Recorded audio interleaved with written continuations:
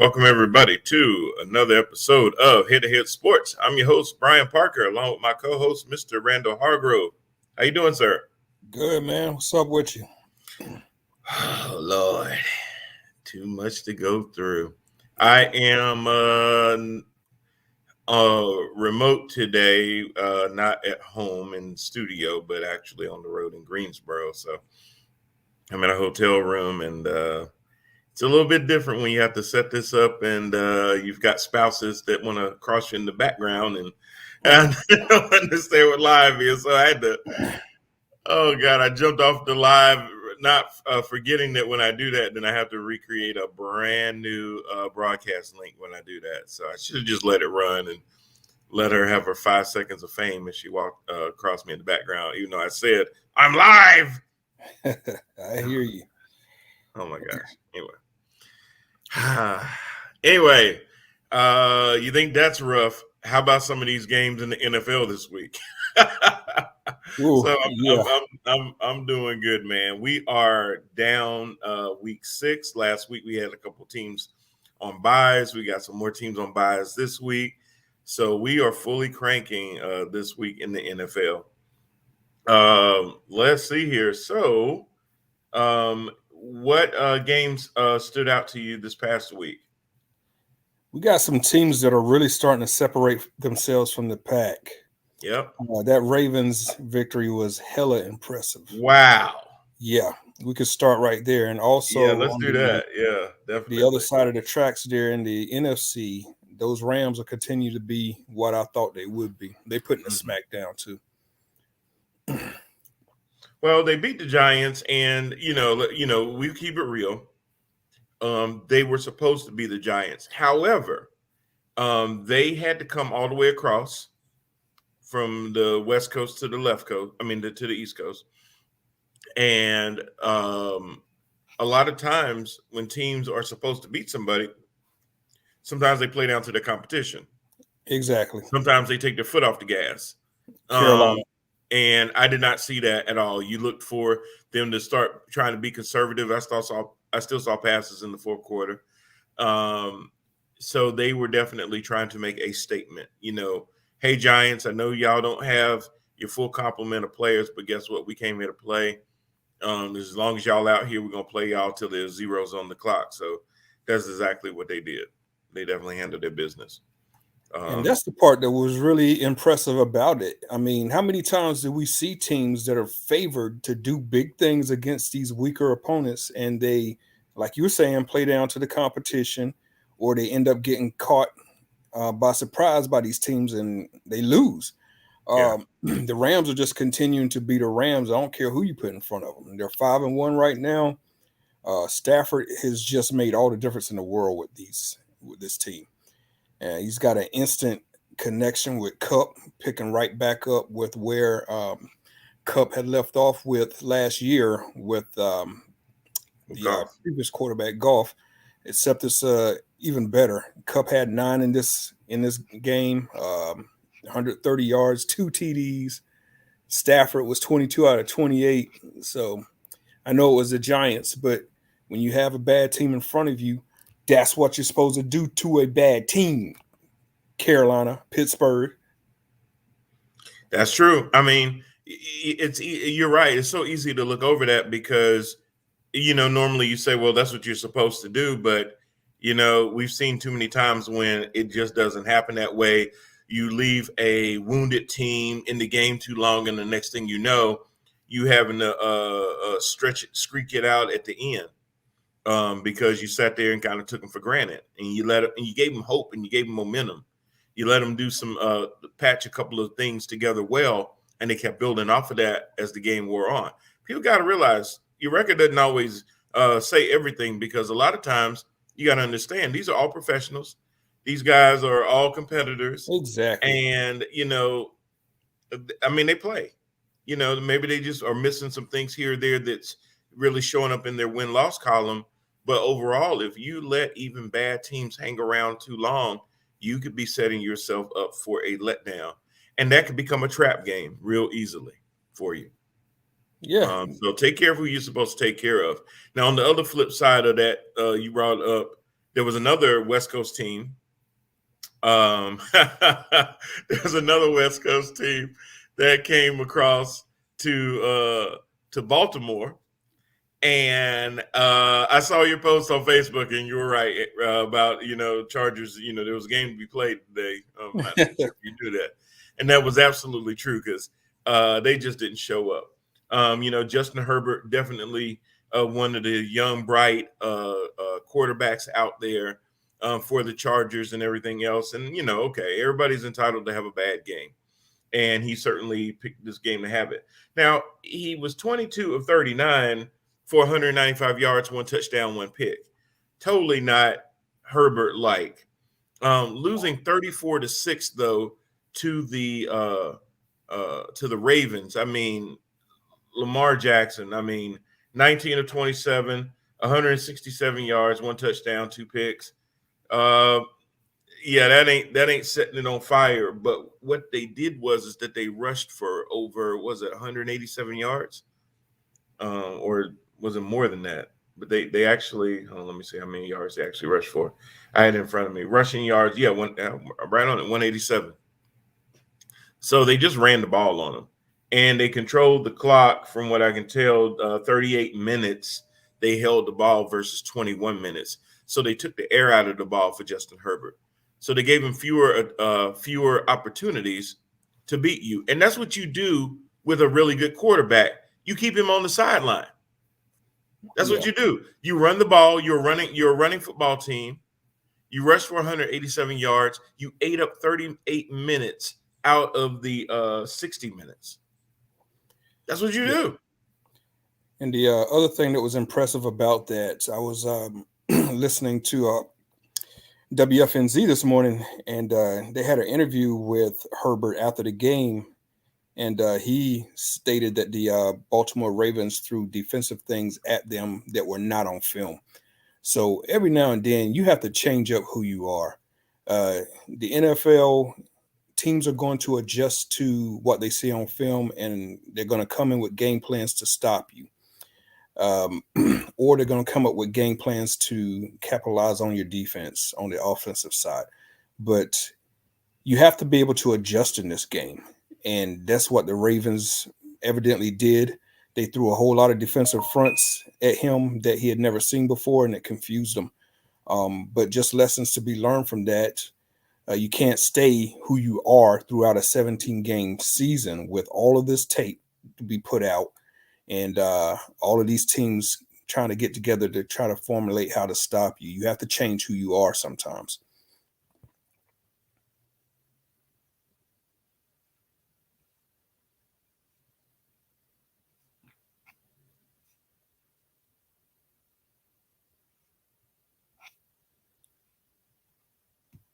Well, did I lose my co-host? I'm here. All right. Are you still there? Yeah. Okay. I don't know what happened. It said check my internet signal. My internet hadn't changed. Oh man. Froze up for a while. Yeah. I don't know. I got some message about our connection. Yeah, guys, I'm sorry if there's some shoddy connection. I'm remote today in Greensboro and not at home at the Palatial Estates in Concord. So I'm used to my super internet and everything. So Anthony says Facebook is spying. Also, Anthony did throw in a comment about when we were talking about records. He says, what does Jacksonville record tell you then? LOL. Well, I'm going to jump on that real quick. What that tells me is that you didn't lose anything. Y'all froze for a moment. Okay, Jermaine. Thanks, Jay. Jacksonville, again, that's another team that, their record, you are your record in a lot of ways, but they've played some pretty good football in spurts. They just didn't have enough. They weren't going to be the best team on the field, but it doesn't mean that they're a crappy team. Right. Sometimes you're just not the best. Sometimes your kids ain't the best kids, but they ain't the crappiest. They're just not the best compared to maybe some other kids. Don't mean that they're crappy. They just can't. Sometimes you got to be able to put together either 4 full quarters, or you got to make the ones that you do well count. And you got to make sure that when you aren't as good of a team, you can't let small things get in your way, such as penalties, especially false starts, offsides, those kind of things. You can't let Dad of the Year talk right there. With the crabby kids, stop it. You can't let those mental mistakes shoot you in the foot. When you're a bad team, a lot of times, those are the things that will kill you. Lost 20 in a row, and the only game you win each year is overseas in London. Hey, as far as I know, whether you play it on London or you play it on the moon, you win the game. It's a W. But I get your point. And it was Miami, and Miami has some struggles of their own too. But again, those are the games that when you're a struggling team, you got to win. Yeah, Miami was favored to win that game. Yeah. I mean, you need to go in and win that game. You got a rookie quarterback, you got a rookie coach, you got a lot of deficiencies and everything else. So, I don't care if you lost the last 80 games. If the game that's in front of you is the only game that matters. And I know I sound like a player now, but that's what they'll tell you. They have to have short-term amnesia. Now, as fans, we get to look at it and go, "Oh, you're crap," because your record says you're crap. But when you look at it more from an analysis standpoint, well, what's making them look like crap? Is it more self-inflicted wounds and everything else? So a lot of things you have to take into consideration when you talk about the Jags.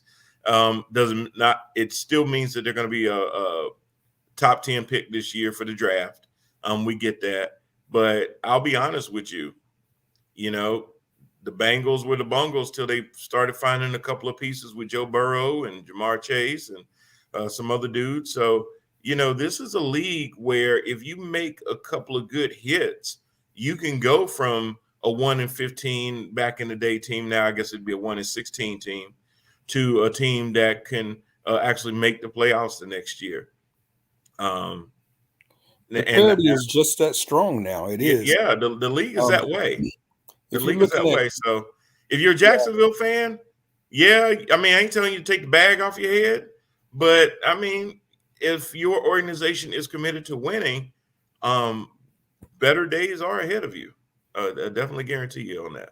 After you get rid of Urban Meyer, because that's not going to be a lasting situation. I just didn't understand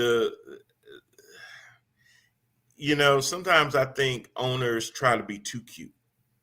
I think sometimes teams try to be too cute. There's so many people that have been in the league a very long time that have not gotten an opportunity.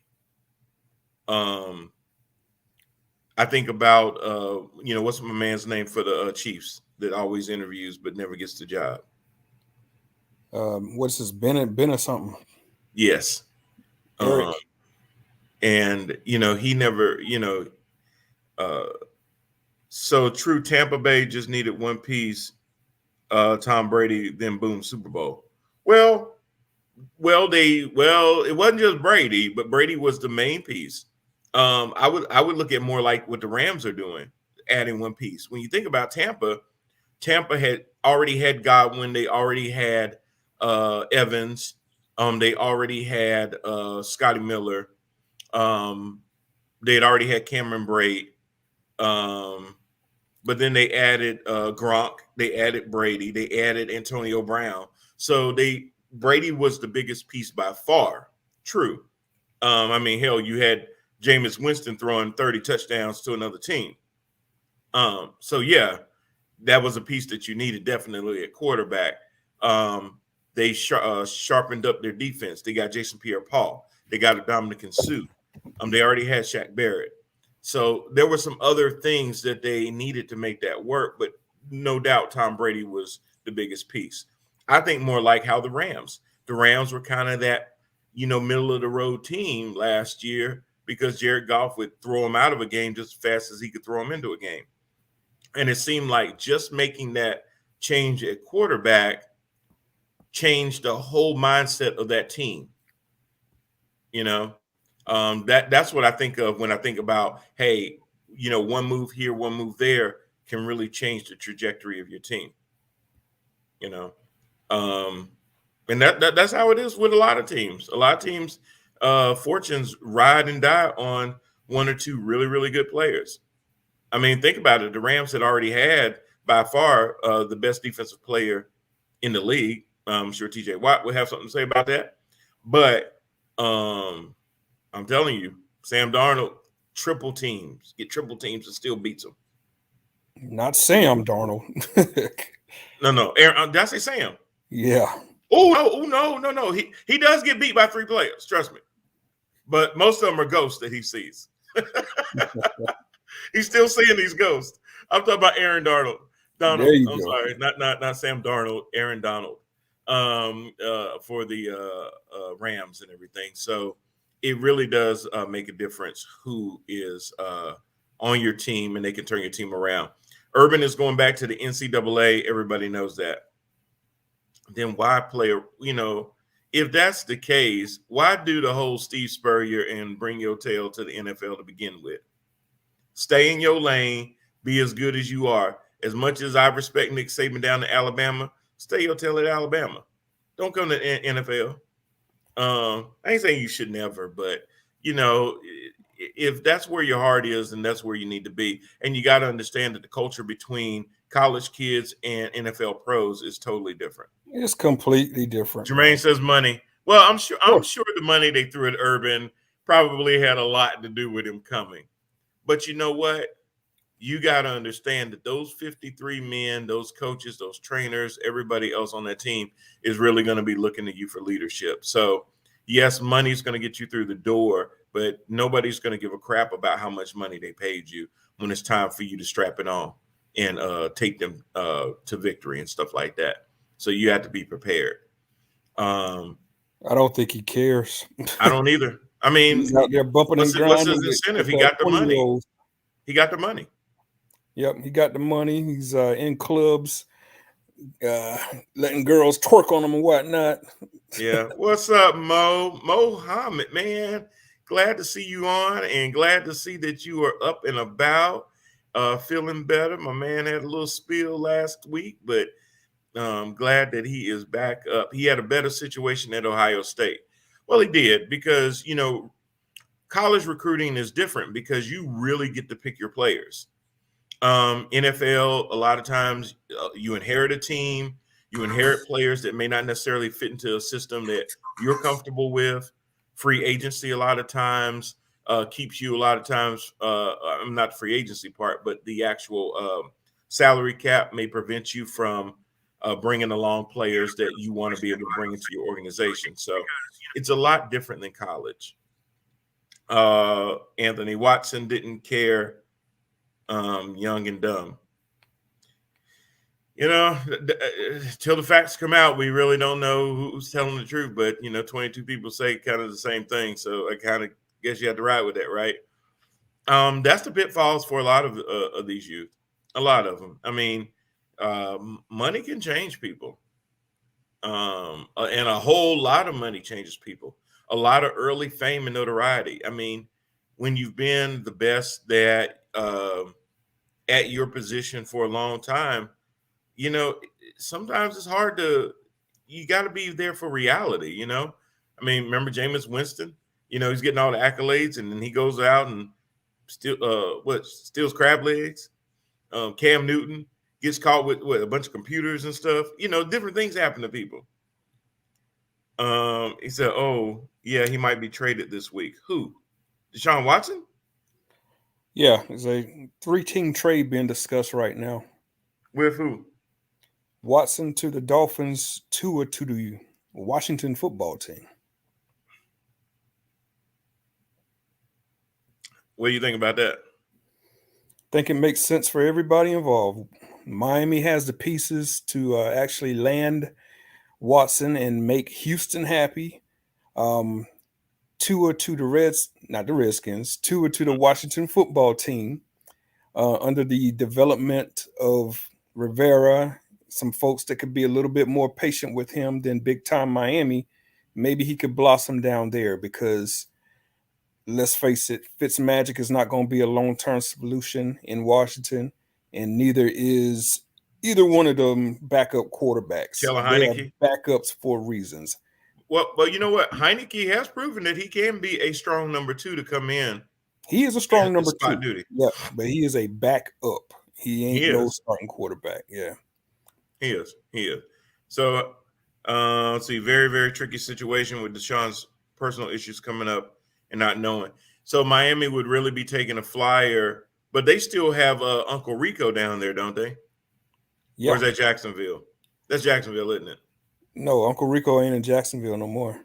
Oh, what would transpire with all the allegations? Well, Mo, with the allegations, what's going to happen is that most likely he'll get, if they do this trade, he'll get to play. The only reason that the NFL, from what I understand, hasn't done anything is because they're letting the court system play out first, from what I can tell. Now, that doesn't mean that he's not going to end up on the commissioner's exempt list, but from what I understand, the reason that he hasn't been on it yet is the simple fact that it needs to go. They want it to go through the court system first, which I don't ever recall. I mean, because there's not really been any formal charges. There's just been lawsuits, right? Like the police haven't done any charges. He hasn't been arrested. Right. No charges. I think once that happens, if he gets arrested, then I think he'll be at least on the commissioner's exempt list.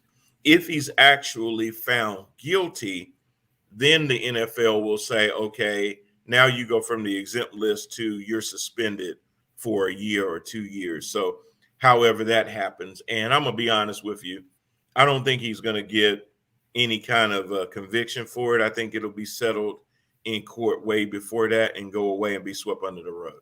Absolutely. This ain't going to court. So will he end up on the commissioner's list? He'll probably end up on that list simply because of an arrest if it gets to that point. But until he gets arrested, and if he gets traded, he's probably going to be able to start.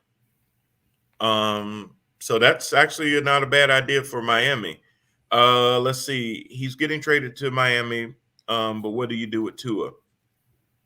Well, Anthony, from what I'm hearing from everybody, it sounds like Tua's coming to your boys. And Mohammed said he has enough money to get it taken care of. I agree. Yeah, he's got plenty of money to just make it go away. Say, hey, what do I need to do, without admitting any guilt, without saying, hey, what I did was wrong. Maybe you misunderstood what my hands was doing, and I will compensate you guys to make this go away without me admitting that there was any guilt. Because if it gets out that he admitted guilt, then it just starts a whole bunch of other stuff. So I think that's a pretty good situation. If now, what does Houston get? Draft picks or something? Yeah, they will get the draft collateral. They will get the draft collateral that they've been clamoring for. Oh wow! So what it seems like is that Miami wasn't willing to give them all of the first rounders, so they worked with Washington to maybe throw in one, and they throw in some too. Apparently, they want to get this done before the NFL trade deadline in November. So this could be something that's happening pretty soon. Anthony says, "Hell no, keep him. Send him to Pittsburgh." Send who to Pittsburgh? Tua. No, we got enough projects that we got to work with. I know. I think he said that just because he knows that you're a Pittsburgh fan. And Mo said, "Yeah, restart button within a week." Yeah, I think if they pull the trigger on this and it happens this week, he's got to clear physicals and everything else, and more than likely he would not start this Sunday, but it is likely sooner than later. Just needs a better coach, I believe. Tua's not that bad for real. You know what? I agree with you, Mohammed. I don't think Tua's that bad. I just think that the expectations on him were just unrealistic. I mean, it was almost like they were looking for him to fail as soon as he got there. And any little thing that he didn't pick up or catch up on, and it wasn't like he was coming to a team that was stacked with stuff around him. He says, I think Ron Rivera might be a better fit for him, the system as well. Yep. Well, and I agree with you. I think Ron Rivera is definitely a player's coach. And because if that defense can get anything back to what they had last year, and if you can surround him with a good running game, which they do have a couple of good running backs, this gives a young quarterback the confidence to be able to grow into the job.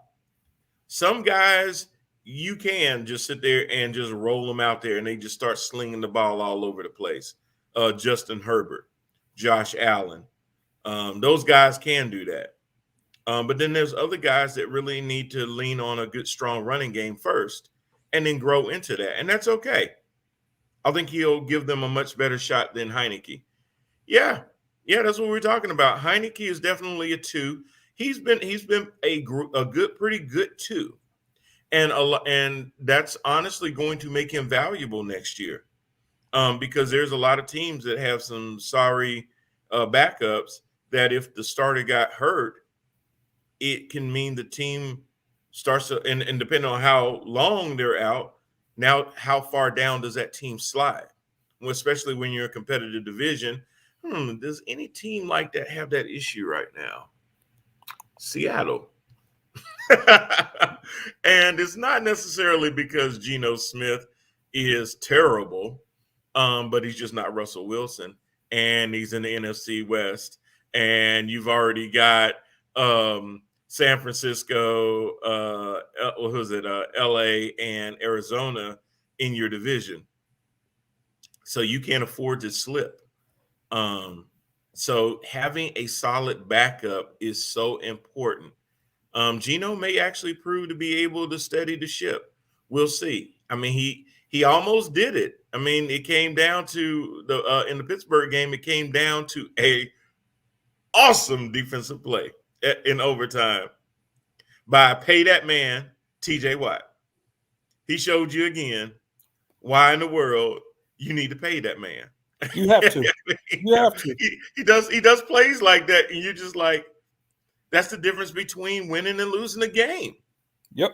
We talked about this weeks ago when before the season started, when contract negotiations were going on. I was like, damn, all them contract negotiations, you better pay him whatever he wants, because he is literally the difference between losses and wins. He is. And it showed again against that Seattle game. We got beat if it wasn't for TJ Watt, no doubt. Oh, yeah. And it was crazy because I honestly thought that Seattle had no shot. None. Yeah. And the fact that they hung around in that game, I mean, again, everybody knows me. I don't believe in no moral victories.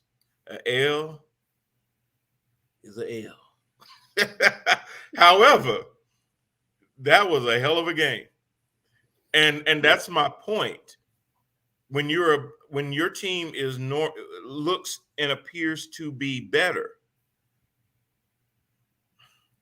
you let a team that's wounded hang around and start to believe. Every time they come to that sideline, they look up at that scoreboard and they're not down 2-3 touchdowns. Now they're starting to believe.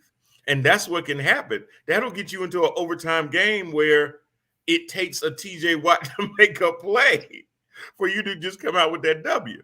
That's why you got to be careful with that. Anthony says rumors say Seahawks had talks with Cam. Well, it wasn't just rumors. Cam confirmed it too. Pete Carroll confirmed it too, that they have spoken to him. And surprisingly, Cam is now fully vaccinated. Wonder what difference that could have made a couple of months ago. But I digress, Cam. Oh, now you want to get vaccinated? Mohammed said Genius needs to go back to West Virginia and get another degree. Anthony says, Mohammed says TJ Watt, that man, hands down. They did pay him. They did, but it literally was the week before season started. So it was still in doubt within days before their first game whether they were going to pay him and whether he was going to show up. And he hadn't been practicing. Right. And that was the crazy. And when he came back for that first game, it didn't look like he had missed a day. So yeah, some people don't need to be paid. Some are overpaid. You mean like Amari Cooper? Y'all ain't heard. 4 years, 112 million, 80 million guaranteed, highest paid, and deserves every penny. Who is that? That would be TJ Watt, every single dime. Oh, yeah. So Muhammad, we weren't saying that he needs to be paid. We were saying that they were haggling all through the offseason to pay him. Yeah, we know he got paid, but they waited until days before the season opener. Mike Tomlin kept going, yeah, I hope everything works out. And, and in the back of his mind, he probably like, if y'all don't stop playing, I need this dude. I got like an 85-year-old quarterback. I need this guy. We know he got paid, but they basically strung it along until days before the season opener, and he had been missing camp. Now this will hurt your cap room. Well, I mean, you got to sit there and be smart with it. A lot of this time when they give more guaranteed money, sometimes it affects your cap number differently and things like that. If it's an extension versus just a new contract, you can spread it out better. It does create more dead money down the road, but you can restructure a lot of these contracts. Listen, when you're one of the top two players in your position, it's not up to you to figure out how the franchise is going to rework their salary cap. Because there's a couple of things that you got to remember, Anthony, and a lot of players this year knew this. The salary cap for 2021 went down because of the revenues from 2020 because of COVID. But what they also already understand is that the NFL cap is going to shoot right back up and then above what it was in 2020 going into 2022. They already know this. So there's going to be more money to be had. I mean, how do you say that about a defensive player, yet the going price for a top quarterback that goes into their out of their rookie deal is 40 to 45 million a year? We talking about overpaid. Jared Goff, Carson Wentz. I hear you. Those are overpaid. But the going rate, hell, Teddy Bridgewater made, I always beat up on Teddy Bridgewater. He made $20 million last year with the Panthers. Yeah. And that was supposed to be, and that was a steal. That was a bargain. I will ask anybody about the TJ Watt deal. What are the alternative? You going to let him go? You going to let him walk? Because that just ain't happening. Pittsburgh would be 1-5 right now without that. And I'm first to say. He's unguardable. Right. D-Law, Zeke, Carson, Goff. Yeah, what has D-Law done since he got paid? Nothing. Zeke is a hard one. The jury's still out on Zeke, whether he got overpaid or not. Initially last year, did he play up to his contract? Hell to the no. This year, is he playing more towards his contract? A little bit more. A little bit. But you know what? I think it was the fact that Tony Pollard was looking a lot better than him than it was the money. I think Zeke started to feel like folks were starting to believe more in Pollard than they was in Zeke. And, Zeke wasn't going to let that happen. So he showed that he's still capable. Now, is he going to be capable to do that the rest of the year? No, because history with the Cowboys showed that they implode. I got people talking about they going to the Super Bowl. Michael Irvin, stop trying to tell these Cowboy fans. Michael Irvin told Stephen A. the other day that Cowboy fans, y'all need to go ahead and buy y'all Super Bowl tickets because they will be at SoFi. Yeah, okay. I think Tampa got something to say about that. I think Aaron Rodgers got something to say about that. There's a lot of teams that got something to say about that. LA got something to say about that. I think even Arizona the NFC Championship is not going through Dallas. I think even Arizona got something to say about that. It's a long You're going to have to win on the road for that to happen. Yeah, it's not like you're going to come out with the number one seed in the NFC. Stop. Mama says he looks like he's getting back to that old eat Zeke. He does. He does. So what we want to do is be able to see, number one, is that going to be consistent? Some of that is going to be not necessarily on Zeke. Some of that is actually going to be on Mike McCarthy, whether he lets Kellen Moore call those plays. Get the Cowboys credit for play well right now. Look, Jermaine, I will give the Cowboys credit right now, and you're absolutely right. Right now, they're doing well. But what I will say to Cowboy fans, pump the brakes just a little bit. Don't get ahead of your skis. It's only been 6 weeks. Okay, now you're going into your bye week, which don't seem good because some of your players end up with DUIs the day right after. Which one of the players just had a DUI, just got arrested.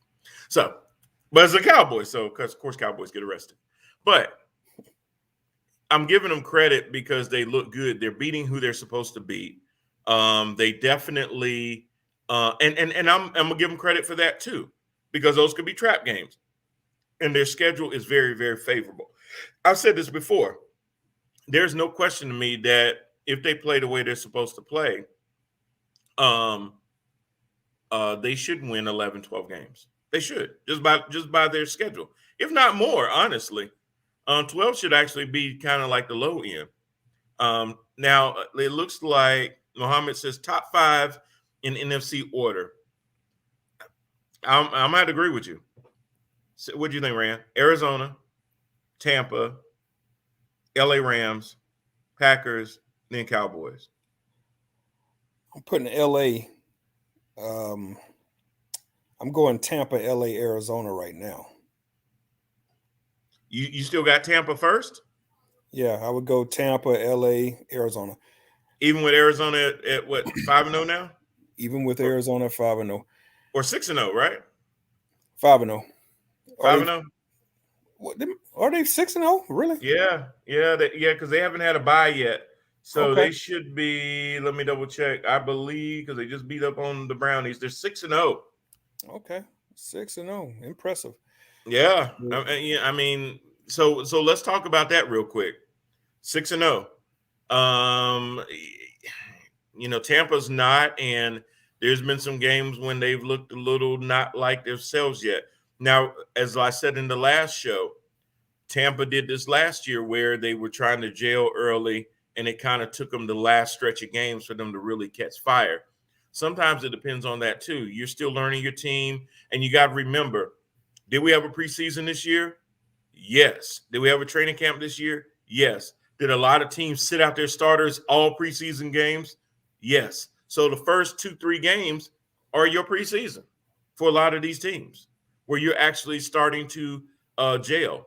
Anthony says the only running back that deserves a big payout is that bad man, that beast, the man that I just say makes people look so bad. I go back to making Josh Norman just look like a rag doll. The way he just sat there and handled Josh like that and just lifted him up in the air with one arm and kept running. We all talking about Derrick Henry, and you're absolutely right. And that's a good conversation to be had too, because when we talk about paydays, normally running backs get slighted because normally the wear and tear that they've taken upon them leads you to believe that second contract, they're not going to be able to live up to Todd Gurley because they've taken so many hits. Devontae Freeman, they've taken so much of it. I'm sorry, it keeps slipping out of my mouth. They've taken so many hits that you're almost rewarding them for what they've already done, because the contract that you're giving them in that second contract a lot of times is not indicative of what they're going to be able to give you going forward, because they can't. You're almost paying Le'Veon Bell. You're almost paying them for what they've done, not what they're going to be able to continue to do. But when you look at somebody like that man, that beast, Derrick Henry, will he fall into that same thing when it's time for him to hit another contract? I think that, but it goes back to what you said, Rand. What you gonna do? Let him walk? Yeah, what are you gonna do? It sounds like he kind of got you. I guess we're gonna have to pay him because we can't just let this man walk. Derrick Henry, the only reason that that and Josh Allen losing his footing the other night. But Derrick Henry had a lot to say the other night about being in the MVP conversation as well. He only had 20 carries for 143 yards and 3 touchdowns. And he also had 2 receptions for 13 yards. If he keeps breaking rushing numbers every year, and I'm glad you said it, Anthony, he's actually on pace, even with the 17th game, to go well over 2,000 yards for a second year in a row.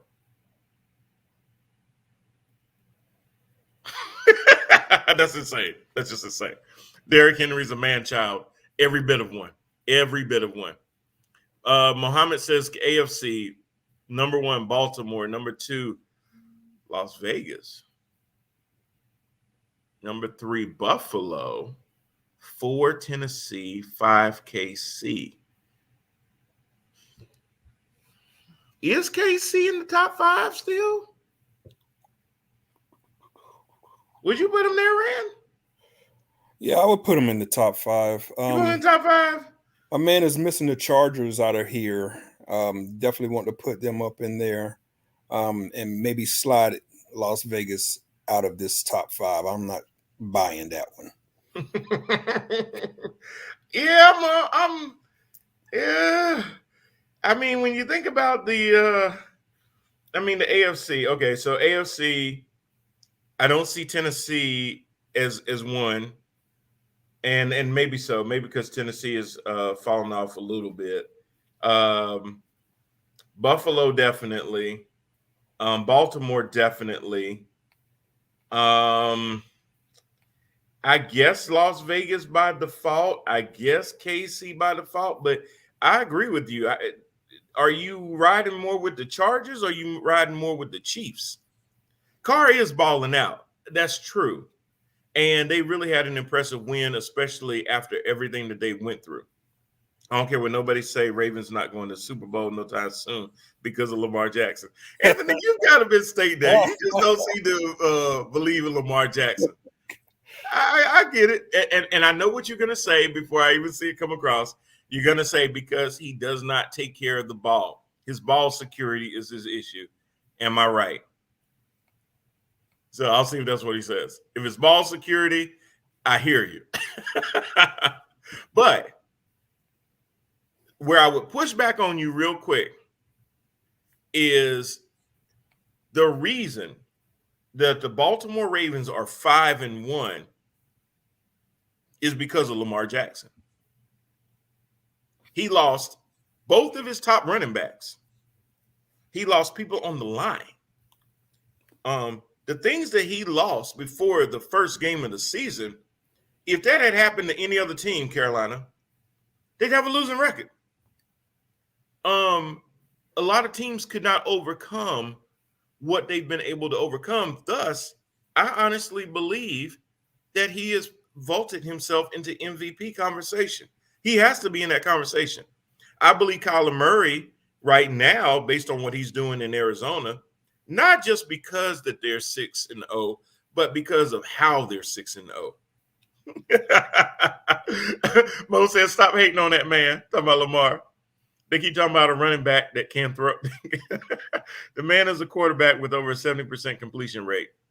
Lamar is the running back every year. That don't mean anything. Well, it does, because normally what makes him even more special and more of a threat is when they can do an RPO, meaning that when they do sit there and put the ball into the belly of the actual running back, you have to respect that that running back has the ball, but you also have to have a spy. He forces the defense to put a spy in their defense to make sure that the quarterback didn't keep that ball at the last minute. So you're right. If everybody just knows that the only threat back there is Lamar, now you don't have to put a spy in your defense. You can basically just stack the box with 8 and then sit there and play man on the coverage outside, or do what everybody's doing now, these shell defenses or these too high safeties and things like that, and force him to push the ball down the field and try to get more push in the middle. That's what they do. When you have a running back there, I'll give you a perfect example. If Cam Newton back in his heyday was with Christian McCaffrey, who would you have to really look for? Both. So that means you'd have to commit even more defensive players to watch. Your eyes have to be trained not to be deceived and take that fake, especially when they pull that ball from under center. Now, shotgun, you can see it a lot easier. But when they pull that ball from under center and he puts that ball in the belly of the running back and he sees the defense go to the side where that running back is going and he pulls the ball back the other way and takes off, who gonna catch you? He gonna make you look crazy. So you got to understand that's where he is. He needs a few more legit outside threats. Lamar just have some strong ankles and knees. Oh God, one of the hardest offenses to prepare for. Absolutely, for that very reason, because who on your practice squad is going to be able to emulate what Lamar Jackson does? Guys, he's not going to beat you always with his arm, but his arm accuracy and strength has improved. When teams don't believe that he's going to be able to throw the ball downfield, he throws it down there when he needs to. What do you say, Rand? I think I don't want to slight Lamar. I think people are looking for Lamar to be a 100% or more pocket passing quarterback. That's just not his game. And we see what happens when a team like Carolina tries to take a quarterback out of what they do best and try to turn them into a stereotypical quarterback. Yeah, right now Lamar is playing against himself, and I say that to mean a lot of fans are judging him based on what he's done in the past, and they're not really taking a good look at what he's doing here this year currently. Yes, he has some turnover issues, but those have been offset by the number of touchdowns this man is responsible for, by the rushing yards this man is responsible for, and of course by the passing that this man is responsible for, and that winning record that Baltimore has that this man is responsible for. My opinion, he's playing at an MVP level.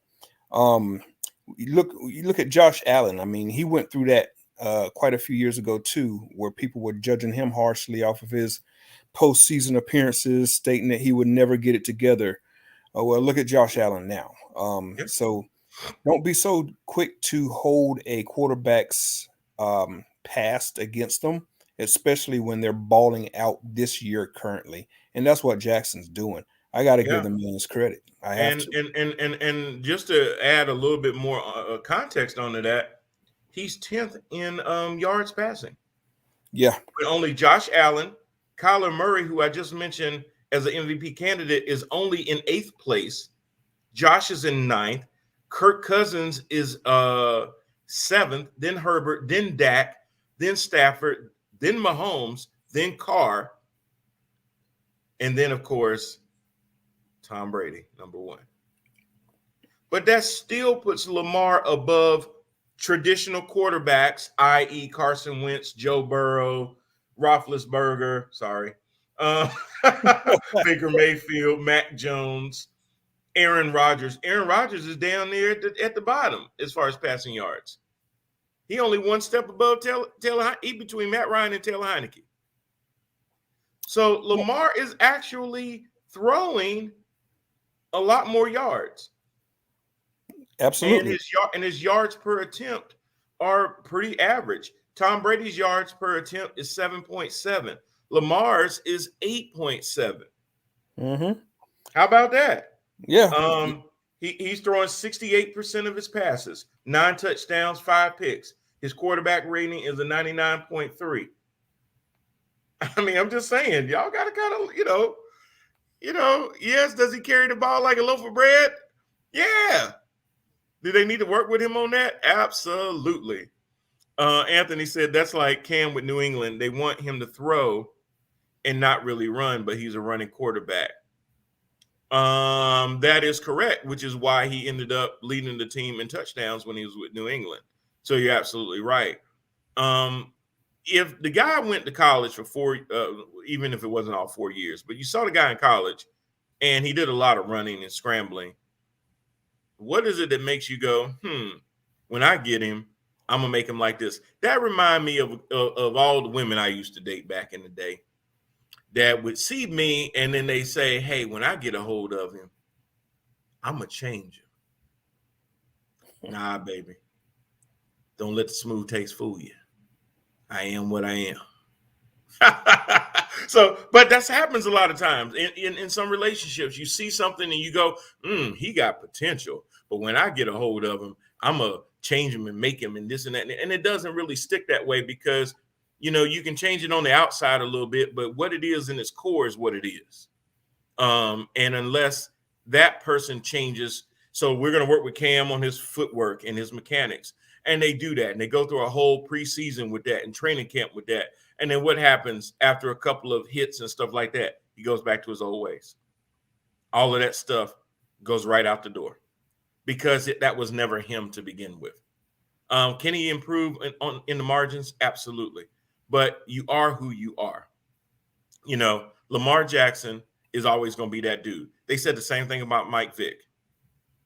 And, my thing with Mike Vick was always he'll never last a full season because he can't keep taking that kind of punishment. He would always have cracked ribs and things like that never last. And that's why he always had to have a really, really good backup behind him to come in and clean up. Lamar's a little bit more elusive. Same thing with Kyler Murray. These are not your average prototypical dudes. Kyler Murray is doing a lot with his legs. He's extending plays with his legs. And that's a beautiful thing. And now he has AJ Green.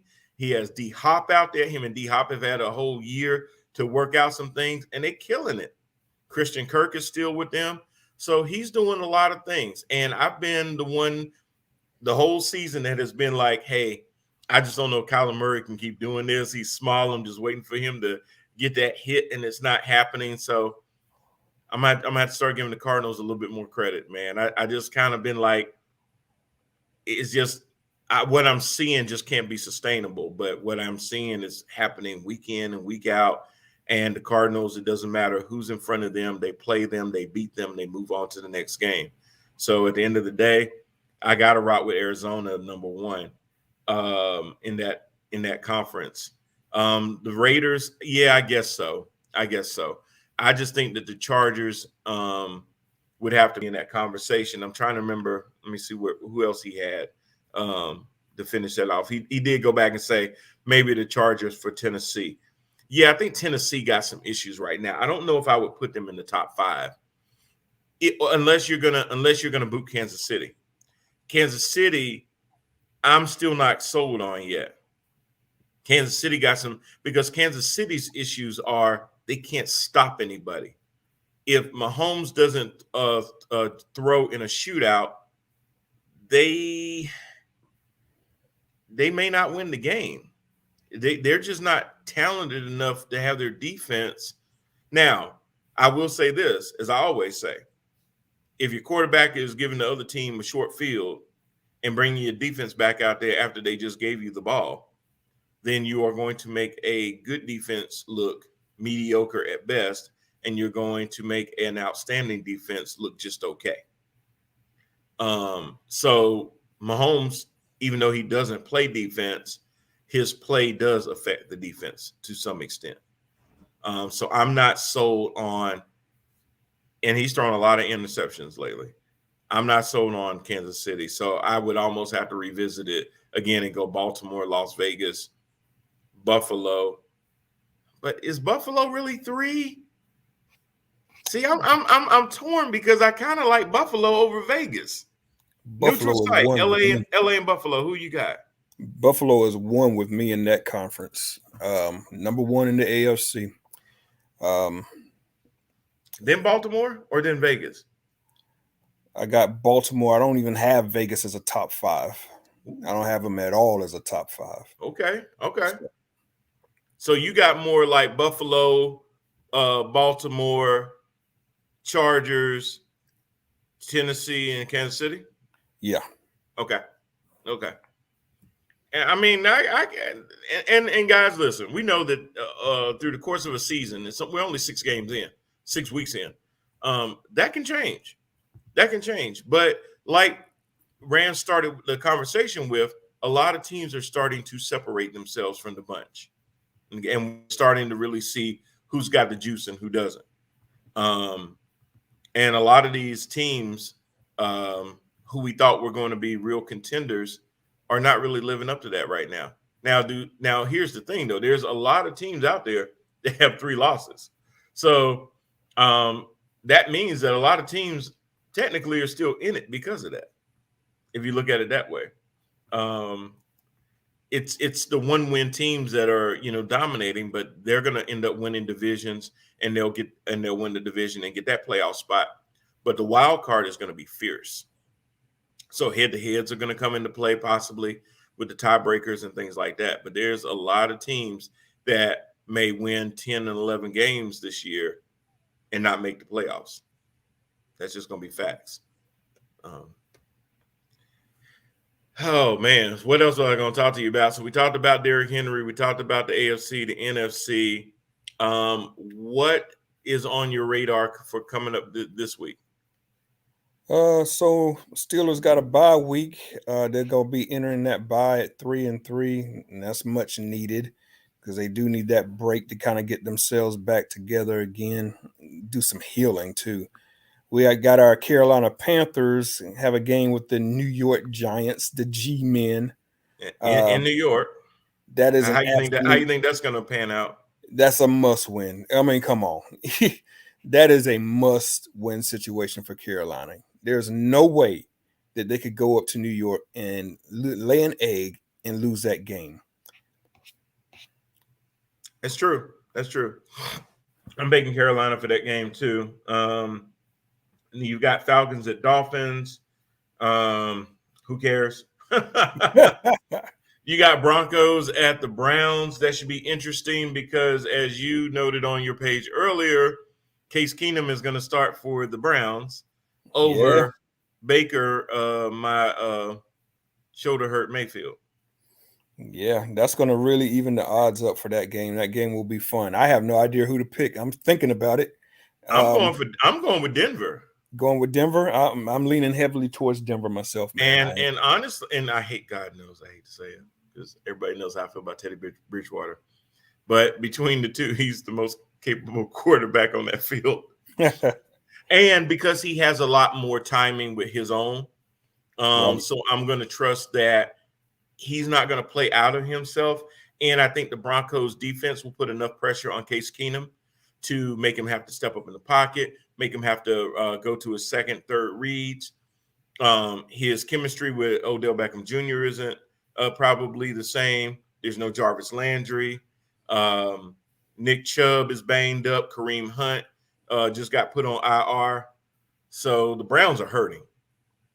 This is the worst time for the Browns, and it's a short week. So you got to install your offense in a short week with your backup quarterback against a defense as hellacious as the Broncos. It ain't going to even be close. That's what I'm saying. I think with everything that you just said, I think you lean me over to the other side.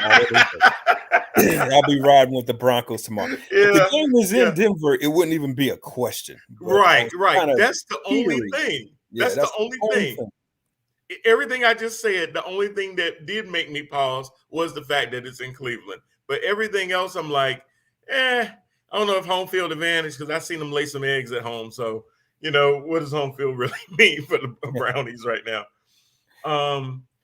I see Odell having a really long, frustrating day. I see a lot of passes get overthrown, underthrown, thrown into double coverage to him and get picked off. I see Case Keenum with at least 2 to 3 interceptions. Anthony says, we Washington fans just preparing for the NFL drafts and free agency. We not winning nothing. Wow. Come on, Anthony. Don't give up. Well, I don't blame him because they do go to Lambeau this week. Oh, so yeah. I mean, I would love to be able to be on this show and realistically say that Washington has a chance at Lambeau Field. I'm not going to do that to you. I can't. I got nothing. So you're right. You're right. At least this week, I have to look at the rest of your schedule to really tell you if that's how it's gonna keep going. Well, let's see. Yeah, you go from Lambeau to Denver. Then Tampa comes to visit you. And then the Panthers, then you gotta go to Carolina. Maybe. And then Seattle. I don't know if Russ will be back by then. If Russ is back by then, if he is, you got a shot. But then you got the Raiders, the Cowboys after that. Yeah, it's probably gonna not look too good for you. I hate to say that. That is true, my friend. You're absolutely right. Hate to piss on your parade, but so be it. The Chiefs are playing in Tennessee. The problem with that game is Tennessee's defense has not been spectacular at all. I really haven't seen Tannehill get Julio Jones going as much as I really thought that he would and could. Right. You know, the biggest thing for the Chiefs is they can't stop Derrick Henry. So Right. I think it's going to be 18 million doses of Derrick Henry. And if they control the ball and keep Mahomes on the sidelines, Tennessee could just win because of time of possession. Henry might have 200 yards that game. I don't see why he wouldn't, because Kansas City's defense can't stop. They can't stop anything right now. Yeah. So yeah, and you know Derrick Henry, he's a bruiser. You know, those body blows in the first round don't feel the same in the 12th round. And that's what he is. He's a wrecking ball. And he stiff arms you, and he just makes you look bad.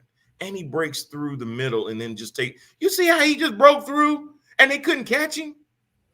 This man is 240 pounds. 240 pounds, and that man ran 21.8 miles per hour faster than 76 yards back clocked this year. That is insane.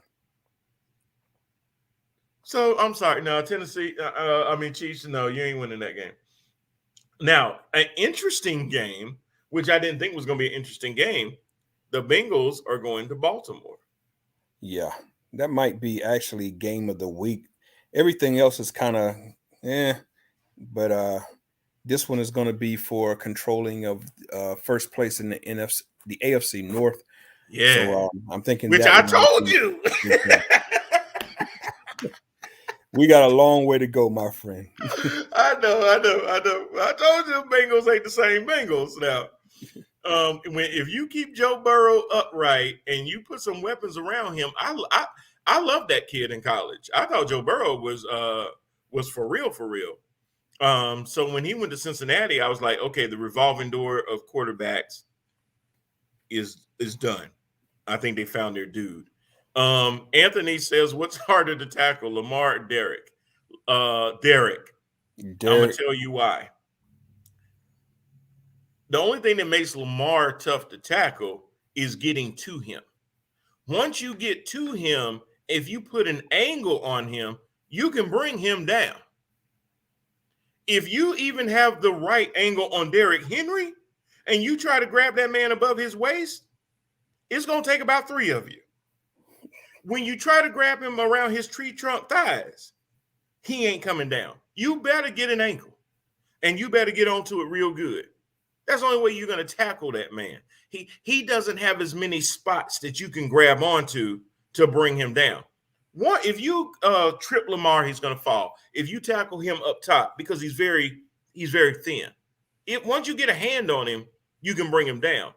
Getting a hand on Derrick Henry, ask everybody else have been stiff armed by this dude. I ain't never seen Lamar truck nobody like Derrick Henry. So to me, that's easy. If you're talking about elusiveness, yes, Lamar. If you're talking about straight, flat out, open field tackling, you ain't tackling Derrick Henry one-on-one. I'm sorry. I wouldn't even try. I'd make a business decision. If I was seeing Derrick Henry run north-south coming straight at me, or I saw Lamar Jackson coming straight at me the same way, I'm making a business decision. I will go after Lamar all day, every day. I'm letting Derrick Henry just go by me. I'm gonna act like my hammy tightened up or something. I'm gonna fall to the field before he even come. I ain't gonna lie to you. Y'all gonna talk about me. I might do memes about me, but you know what? I'm making a business decision. So I will say that. I don't know how you feel about that, Ram, but I kind of think Henry's the hardest one to tackle between the two. Yeah, I'm not bringing that guy down by myself. No, you need a howitzer. So let's see what else we got. We got the Jets and the Patriots. And it's going to be in Foxborough. I believe Mac Brown is going to eviscerate the Jets. You've got the Eagles at the Raiders. The Raiders should win that game pretty handedly. I think. What do you think about those two? Raider victory all day long. Yeah. Anthony says you don't want to tackle Derek because he might put you on IR. Thus, the business decision I was just mentioning. You're absolutely right. Either put you on IR or put you on a highlight reel. That too. You'll be on the next remix YouTube videos. Yeah. It's kind of like saying, okay, Brian, you're on a two on one and you're the one fast break, and Kobe is coming down on one side and Rajon Rondo is on the other side. Do you A, jump with Kobe, or B, let him do what he do? Do you? Because I'm not being on Sports Center all night long. I'm sorry. Even at 4 a.m., people laughing at me on the reruns of Sports Center. I am opening up like the Red Sea. Bruh. So yeah, the Raiders should win that game. Lions have to go to the Rams. The only interesting dynamic is going to be that the quarterbacks see their teams from a year ago that they were on. Other than that, though, I don't give the Lions a chance in hell of winning this game. I wonder how many Ram players are going to go over there and shake Goff's hand after the game's over with. Oh, and probably whisper in his ear. I mean, not Goff, but I'm thinking about the Lions are probably going to do the same thing to Stafford and be like, "We sure do miss you." Yep. Oh Lord. A couple of games left. We got the Bears at the Buccaneers. You know, I can't flat out say Tampa can win that game. I see Tampa toying around with them to the fourth quarter and pulling Me too. away. The first three quarters, depending on how that goes, is going to tell me a lot about that game. I think the Bears stay in that game through three quarters. Yeah. I think Justin Fields has enough elusiveness where he can nullify what Shaq, Dominic, and JPP do up front to be able to stretch the edges out a little bit. I think he's going to do a lot with his legs. I think the defense of Chicago is really, really going to test Tom Brady, make him get that ball out a lot faster and everything else. So Gio Bernard, this might be a good time to put him in for a couple of those quick passes to see what he can do yards after the catch. I think Leonard Fournette will be the other option with that. It seems like Ronald Jones has kind of been downgraded to third on the list. But I think that game's going to be a lot closer than people might think. And it may be a little too close for comfort for Tampa. You got the Texans playing the Cardinals, 7-0. I mean, that's just like feeding guppies to the sharks, you know. And then you got the Colts as the Sunday night game. The Colts go to the 49ers. I cannot believe that I'm saying this. I'm giving the Colts the upper on this one. That'll be an interesting game. Like I said, there's a bunch. I do know Elijah Mitchell is back now as their running back, and then with Trey Sermon as the backup back. But Trey Lance is going to be your starting quarterback, so they'll have to adapt to that. But I think Carson Wentz, maybe it is something about Frank Reich that can get the most out of this dude. He's actually looked pretty good on two twisted knees. So, yeah. And then our Monday night football game may not be as exciting as it was once going to be. And that's going to be the Saints going all the way over to see the 12th man in Seattle. I I think the Saints might just blow that game out, depending on if you get the good Jameis or bad Jameis. Geno But Jameis, versus Jameis. But Jameis, just in case, bring your barbecue sauce because you might be eating a W. Well, that's what I got for this week. Any final thoughts on any games that you see coming up this week? Nah. Again, just want to see the Panthers finally win a game again. They have to pull this one out against the Giants. Other than that, definitely going to keep an eye on that Colts 49ers game. I think that'll be a good one. Absolutely. Absolutely.